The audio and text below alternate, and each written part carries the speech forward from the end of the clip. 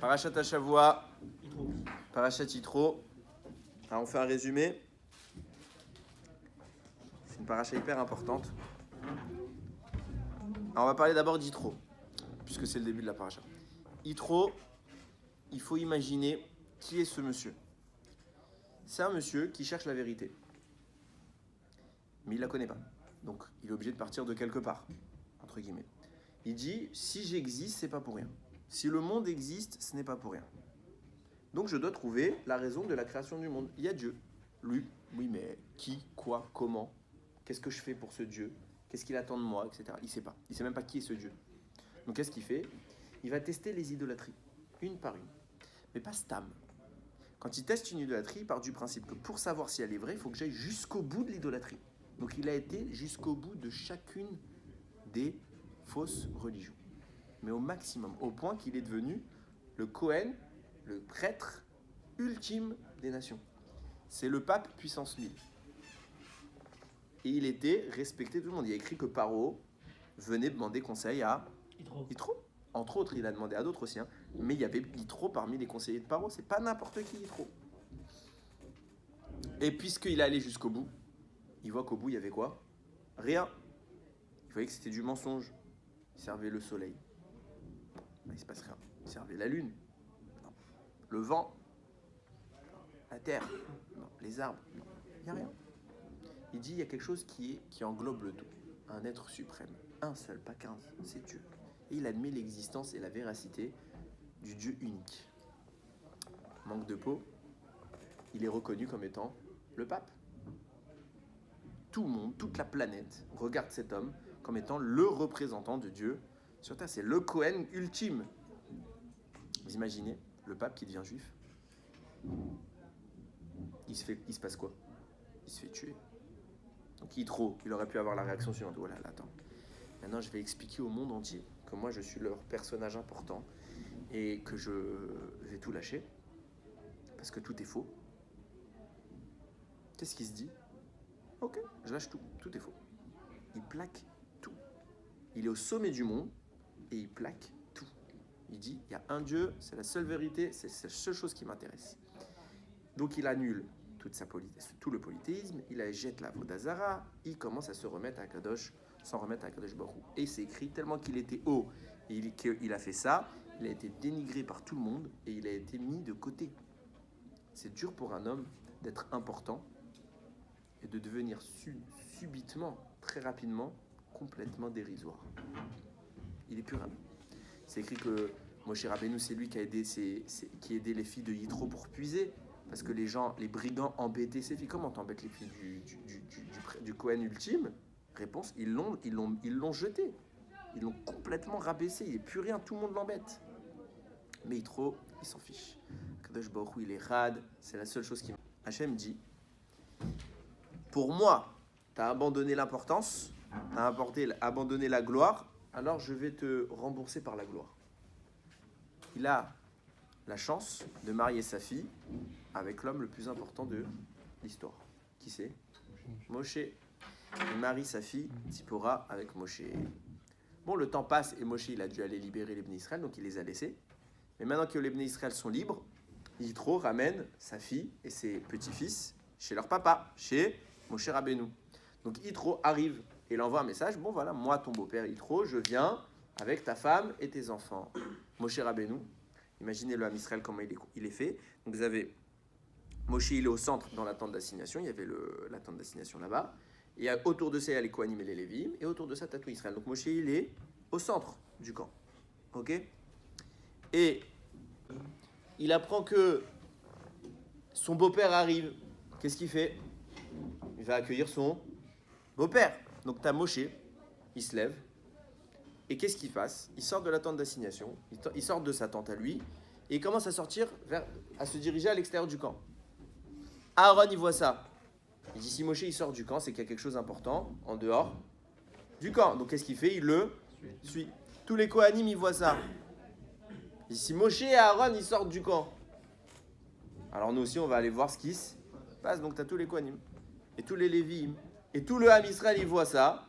Il dit, si tous les Kohanim et tous les Lévim et Moshe et Aaron, ils sortent, nous aussi, on sort d'un coup. tout le Ham Israël vient accueillir qui? Yitro. Hachem lui a fait kavod. Tu as jeté le kavod pour moi, je te donne du kavod.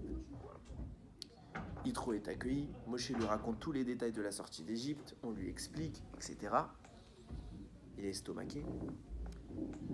Il reconnaît l'existence d'Akadosh Baruch Hu et il s'installe avec Moshe pendant un petit moment. Le lendemain, que fait Moshe? Parce qu'on a reçu la Torah à ce moment-là, d'après la majorité des avis.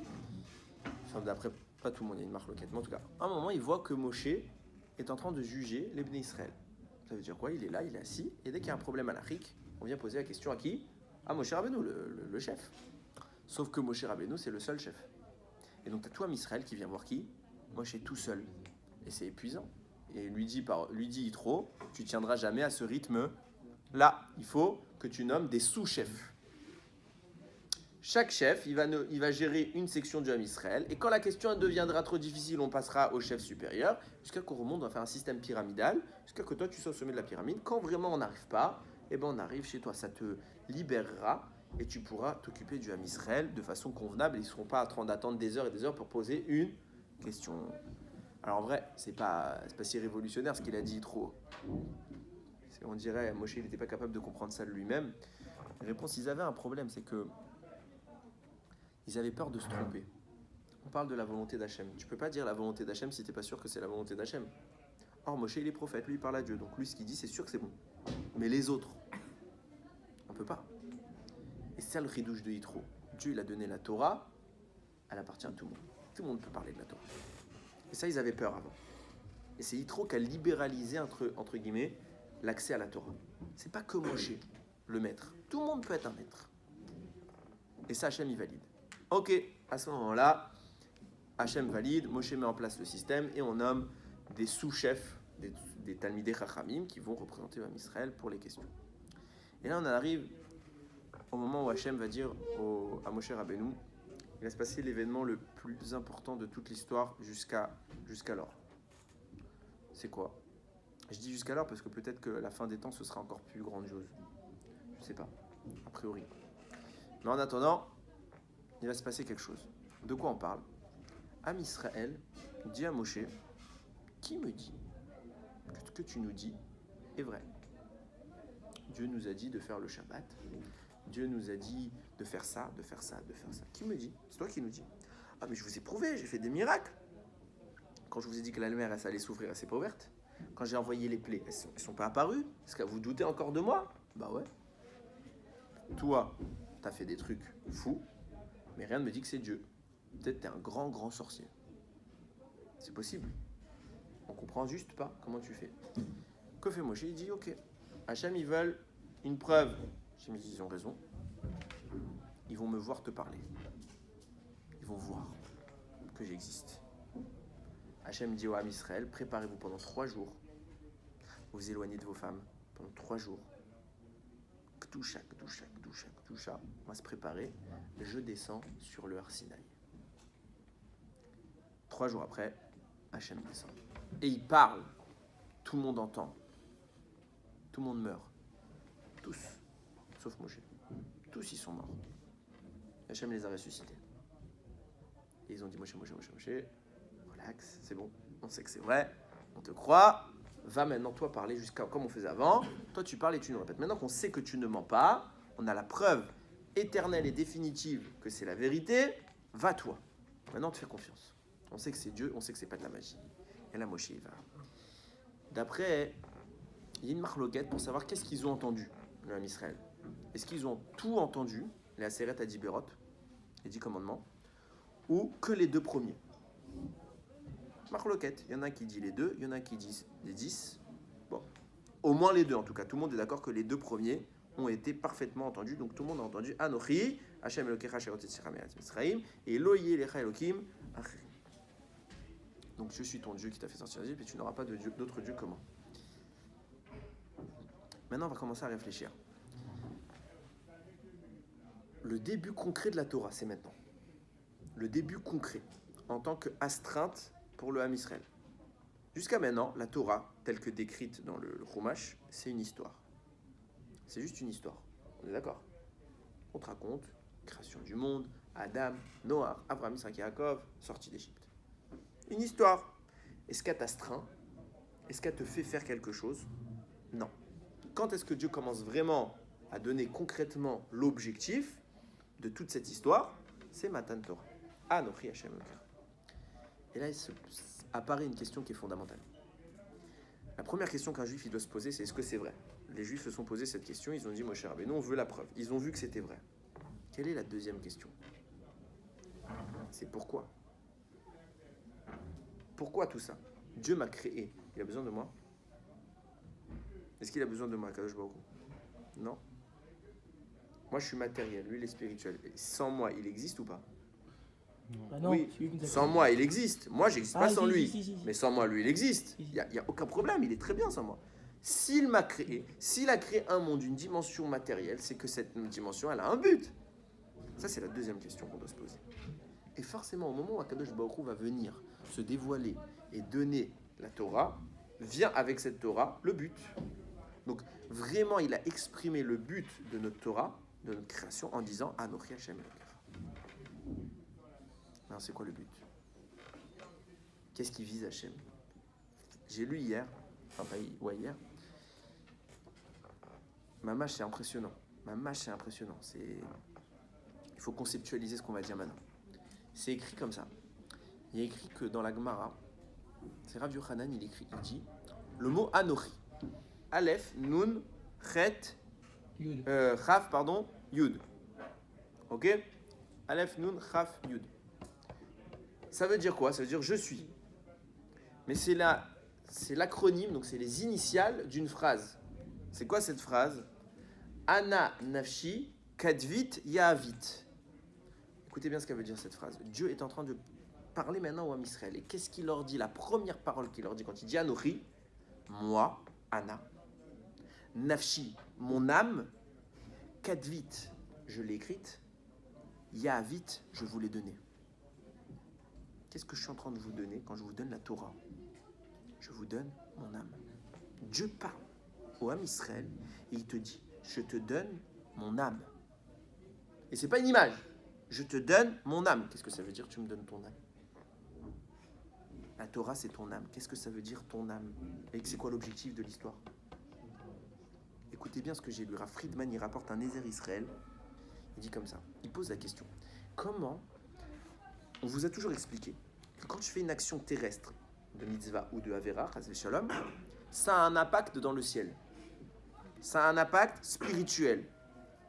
Mais le terrestre, il est complètement dissocié du spirituel. On est d'accord? C'est même l'inverse. C'est l'inverse. Comment je peux agir dans ce monde et ça joue là-haut? C'est comme si je vous disais, les Havdil, mais c'est comme si je vous disais, je plante une graine sur Terre et il y a un arbre qui pousse sur Mars. Mais quel rapport?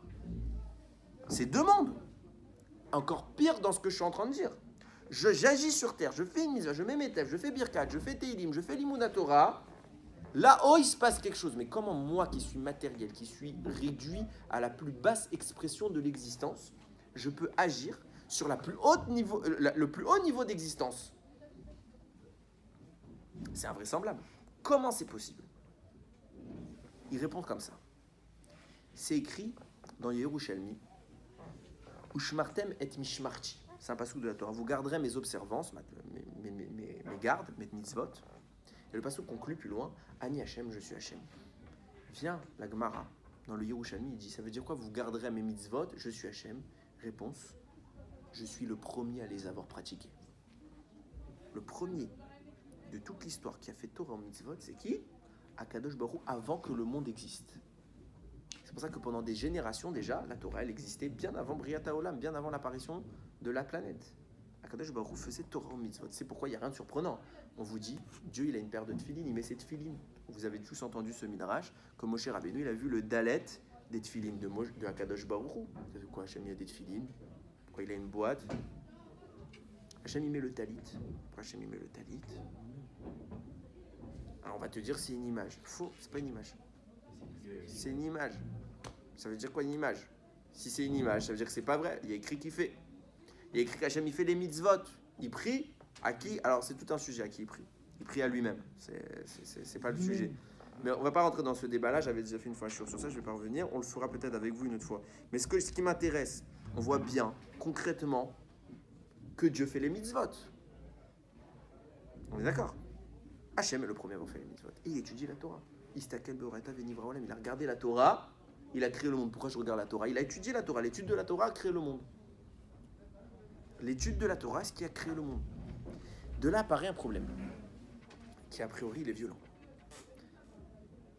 Dans la Torah, on est clair que quand on dit Dieu met les tefilines, est-ce qu'il a une boîte noire avec des lanières noires et un boîtier aussi là noir qui fait un cercle sur sa tête avec des lanières comme ça?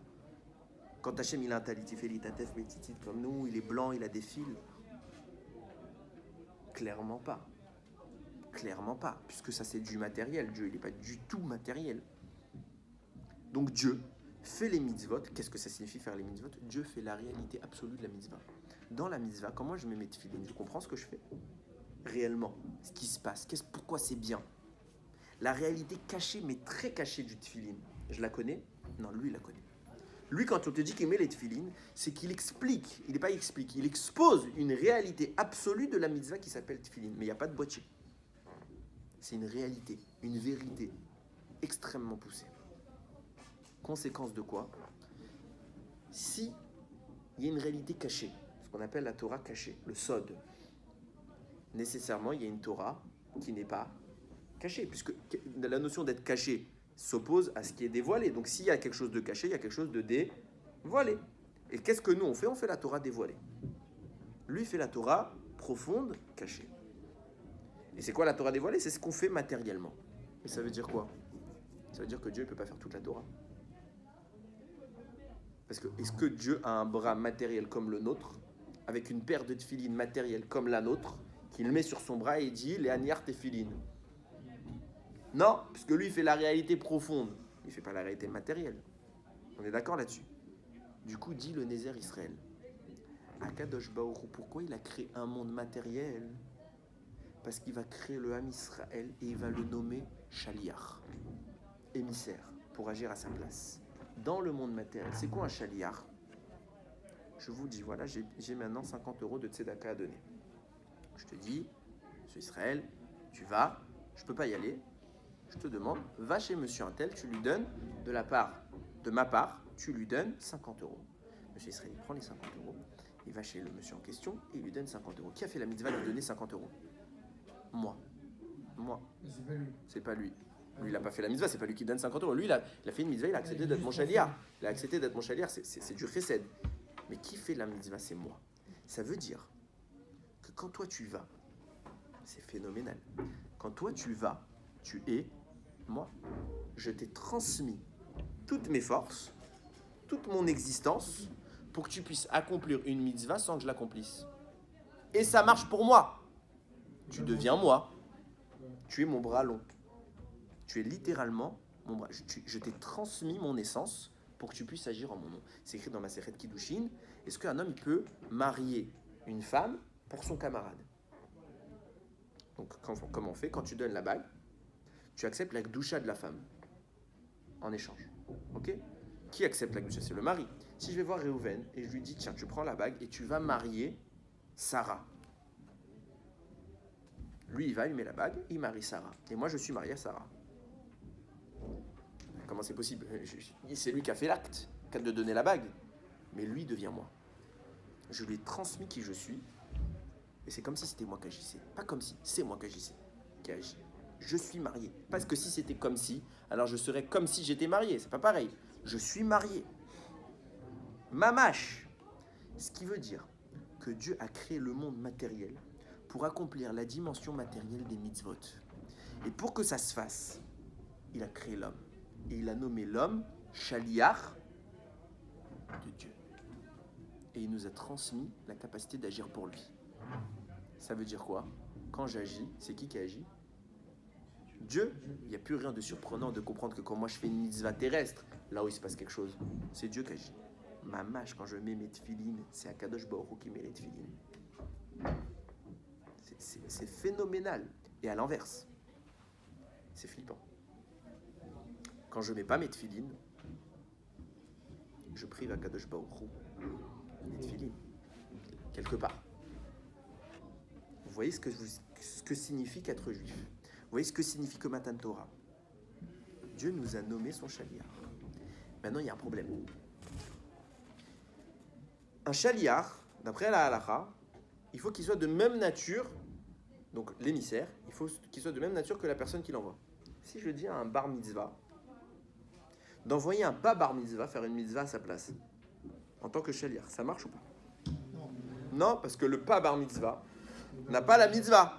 Et s'il n'a pas la mitzvah, il ne peut pas être un réceptacle de moi pour faire la mitzvah à ma place, puisqu'il n'a pas le récipient. Il ne peut pas. Est-ce que je peux dire à une femme de faire une mitzvah d'homme? Non. Non. Est-ce que je peux dire à un homme de faire une mitzvah de femme? Non. Parce qu'on n'est pas récipient de cette mitzvah. Il faut être récipient. Pareil. Est-ce que Dieu et nous, on évolue dans la même catégorie? Non. De même qu'un bar mitzvah ne peut pas s'appuyer sur un pas bar mitzvah, comment Dieu peut s'appuyer sur nous pour faire une mitzvah pour lui? Invraisemblable. C'est invraisemblable. Réponse: Anochi Hashem Elokecha. Je suis Hashem ton Dieu. Je vous dis, Anochi c'était quoi? Ana nafshi kadvit yavit. Je vous ai donné mon âme. Ça veut dire quoi? Littéralement. Mamash, c'est fou. Dieu nous a donné ce qu'il est. Pas une partie, il n'y a pas de partie. Il t'a donné lui. C'est pas beau en français, mais je n'ai pas d'autres mots. Il s'est donné à toi. Quand tu agis, c'est pas une image. Tu es littéralement la personne qui agit comme Dieu il agit. Tu as sa force. C'est mamash. Alors tu pourrais te dire, comment je ne viens pas du même monde? Si, puisque c'est en toi. Dieu est en toi. Au point que, j'avais déjà une fois donné cette explication sur le mot mitzvah. Mais on va aller un peu plus loin maintenant, grâce à ça. Mitzvah, ça s'écrit Mem Tzadik Vav He. Rami, il te dévoile un secret du mot mitzvah. Mem Tzadik, tu l'écris d'un côté, et Vav He d'un autre côté. Ok? Donc ça te fait deux mots. Dans la Torah, il y a un système qui s'appelle Atbash. Ça veut dire quoi? Quand j'ai une réalité qui est cachée, pour obtenir la réalité dévoilée, qu'est-ce que je fais? Je vais à l'opposé de ce qui est caché. On est d'accord? Donc, à l'opposé, il y a quoi? Si je prends le Aleph, il y a quoi à l'opposé? Tav. La première lettre, son opposé, c'est la dernière. La deuxième lettre, c'est l'avant-dernière, etc. At, Aleph, Tav. At. Bash, Bet, Shin, etc. Tu inverses les lettres. Rami te dit, prends le mot mitzvah, tu coupes en deux, même tzadik, et sur même tzadik, tu fais Atbash. Le même devient Yud, le tzadik devient He. Yud, Ke. Il reste quoi? Vav, Ke. Ah, vous allez dire, c'est un tricheur, il fait que sur la moitié du mot. Réponse. Quand je fais ma mitzvah, il y a deux dimensions. Il y a moi qui agis sur terre et la répercussion dans le ciel. Sur terre, c'est le monde du mensonge, puisque je ne vois pas la vérité. Donc pour obtenir la vérité, je suis obligé d'inverser. Dans le ciel, la vérité, elle est déjà dévoilée, je n'ai pas besoin d'inverser. Mitzvah, c'est quoi? C'est Yudke, Vavke. Mieux que ça. Je vous ai expliqué quoi quand je fais une mitzvah en réalité? Moi, j'agis terrestre et Hachem, il agit céleste. Donc la première partie, c'est moi. Ce qui corrobore cette partie, ce qui complète cette partie, c'est Dieu. Donc la première partie, je l'inverse, parce que moi, je suis dans le mensonge. Yudke et Vavke. Je n'ai pas besoin d'inverser, c'est Dieu. Quand je fais une mitzvah, qu'est-ce qu'il y a dans la mitzvah? C'est Dieu. C'est du divin. Mamash, je suis en train d'agir comme Dieu. Pour Dieu. Pas que pour. Non, c'est pas assez pour. C'est Dieu qui agit. Point final. Dieu agit. Quand je fais une mitzvah, Dieu agit. C'est écrit dans Tehilim, tellement que ce que je vous dis, c'est vrai. Tehilim 8, verset 6. C'est écrit Vatersere ou Me'at Me Elokim. Tu lui as fait manquer de peu Dieu. Le niveau qu'on appelle Elokim. Vient la Gemara, elle dit de qui on parle? On parle de Moshe Rabbeinu. Que quoi? Dieu, il a créé dans le monde 50 portes de la sagesse. 50 portes. Il les a toutes confiées à Moshe Rabbeinu, sauf une. Donc il lui manquait un peu. Mais s'il lui manquait pas ce peu, on n'aurait pas. Il a dit que bien, le passouk qui est écrit dans Télim, c'est David qui parle. On parle de la Torah. Il dit il lui manquait un peu de Dieu. Donc s'il lui manquait, il avait cette 50e porte, il est quoi? Il est Dieu. Mais quoi, il est Dieu? Il n'y a pas de Dieu. Oui, je suis Dieu, parce que je suis lui en agissant. Pas Chazvé Shalom, de dire je suis Dieu et je suis une entité à part, ce qui voudrait dire Avodazar. Non, mais j'exprime par là l'idée que je suis pas en interaction parfaite, en harmonie parfaite avec Akadosh Baruch Hu, au point que quand j'agis, c'est lui qui agit. Et là, on apprend une idée phénoménale. Phénoménale. C'est écrit Kol Asher Diber Hashem Naaseh Venishma. Ils ont dit le Ham Israël quand ils ont reçu la Torah. Tout ce qu'Hachem nous dira, on fera et on comprendra. Pourquoi on fera et on comprendra? D'abord, tu comprends, après, tu fais. Moi, je suis votre patron. Et je vous dis, aujourd'hui, on va changer complètement le système d'analyse de l'entreprise. On va passer à un nouveau système. Tous les employés vont dire, mais attends, t'es gentil, on a tous l'habitude, on est efficace, comme ça, tu vas nous faire un nouveau système. Pourquoi? Et moi, je suis obligé de vous expliquer pourquoi. Bah, écoutez, le nouveau système, il a telle performance, telle qualité, tels avantages, il est plus moderne, etc. Donc, on passe au nouveau système. D'abord, j'explique, après, on fait. Le Ham Israël, ils ont dit complètement absurde, ils ont dit l'inverse. On va faire, et on comprendra. Mais pourquoi? Rami Miven, il t'explique. Tu ne peux pas faire une mitzvah. Tu ne peux pas comprendre, une mitzvah sans l'avoir faite. Tu peux avoir des idées, des petites allégories, mais compréhension mamache, impossible. D'abord fais, et après viens la comprendre. Pourquoi? Pourquoi on ne peut pas comprendre? Pourquoi si je fais, je vais comprendre? Regardez, faites le test. D'abord, vous faites la mitzvah. Ceux qui font déjà Shabbat ne se posent pas trop la question. Il y en a qui arrêtent, malheureusement, mais ils se posent moins la question, les gens qui font Shabbat, que ceux qui ne font pas. Eux, il faut d'abord les convaincre. Et alors que nous, qu'on fait Shabbat, on ne se pose même pas la question. Comme si on avait déjà compris. Même en vrai, on n'a rien compris. Mais comme si on a le sentiment d'avoir compris. Pourquoi? Parce que comment je peux comprendre une mitzvah? Je vous explique. C'est ce que j'ai dit.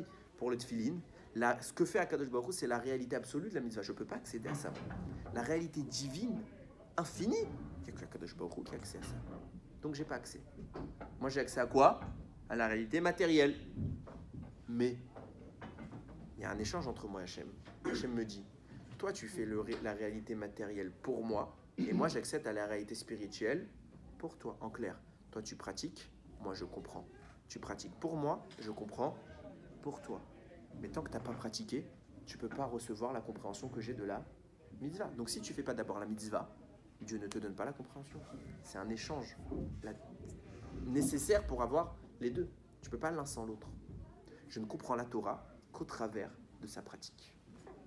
Pourquoi? Parce que j'agis pour Dieu. Et pour que j'agisse pour Dieu, il faut qu'il y ait connexion entre moi et Hachem, que je sois son chaliar, son émissaire. Quand je suis son émissaire, il est moi. Et je suis lui. Au point que Chachamim disent, Hachem, sa Torah et son peuple ne font qu'un.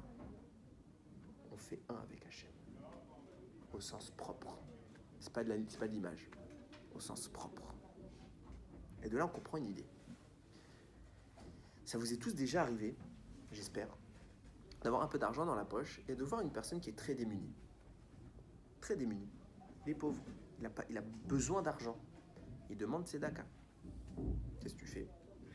Tu donnes un billet de 10, tu fais tzedaka. C'est une magnifique mitzvah.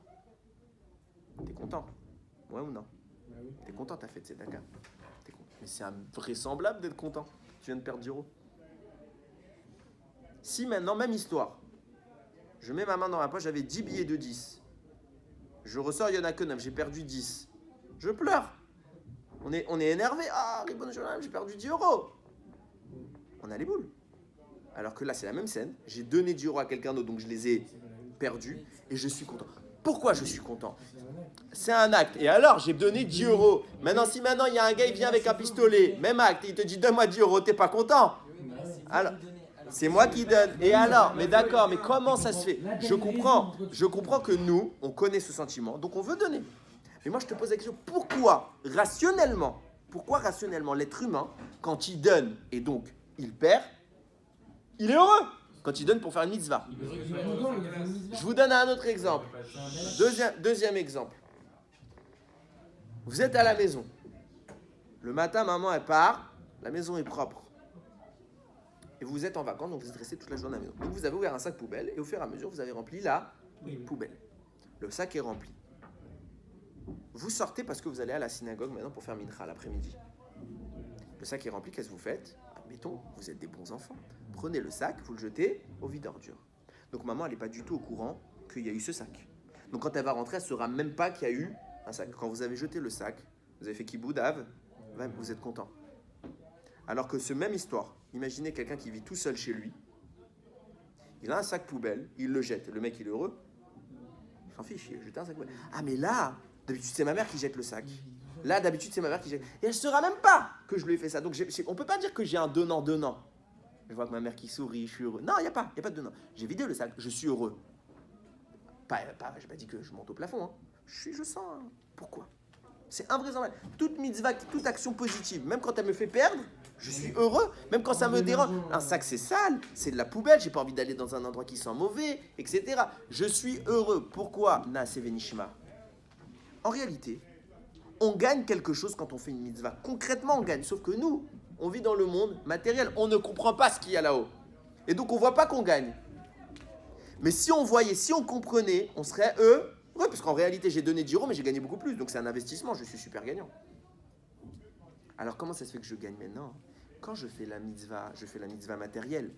J'ai fait la mitzvah pour Hachem. Qu'est-ce que je viens de vous dire? Hachem, il t'a dit, moi, je comprends pour toi. Tu n'as pas reçu l'information de la mitzvah. Mais tu as compris. Et comme tu as compris que tu as gagné, tu es heureux. N'importe quelle mitzvah tu l'as fait. La logique veut que tu sois malheureux. J'ai donné 10 euros. J'ai perdu 10 euros. Mais je les ai donnés. Mais j'ai perdu. Réponse, la mitzvah, je ne l'ai pas comprise. Mais lui, il a compris pour moi. C'est comme si je l'avais comprise. Et comme c'est dans cette dimension-là que c'est semblant que je l'ai compris, je suis heureux. Parce qu'en réalité, moi, qui suis avec Dieu, j'ai compris. Quand on agit, on est à Kadosh Baruch Hu. Je ne sais pas si on imagine ce que ça signifie. On est à Kadosh Baruch Hu qui agit. On n'est pas que des pions. Dieu, il a créé pour ça. Pour qu'on soit lui. Betzelem Elokim, à son image. C'est pas des mots comme ça en l'air. Il n'y a pas de mots en l'air dans la Torah. On agit, on est Dieu. Je vous ai mon âme, je l'ai écrite, je vous l'ai donnée. On est. C'est comment expliquer ça? J'arrive même pas, moi-même à le conceptualiser. On est la conséquence directe de l'existence de Dieu. Ça fait partie. C'est comme une main.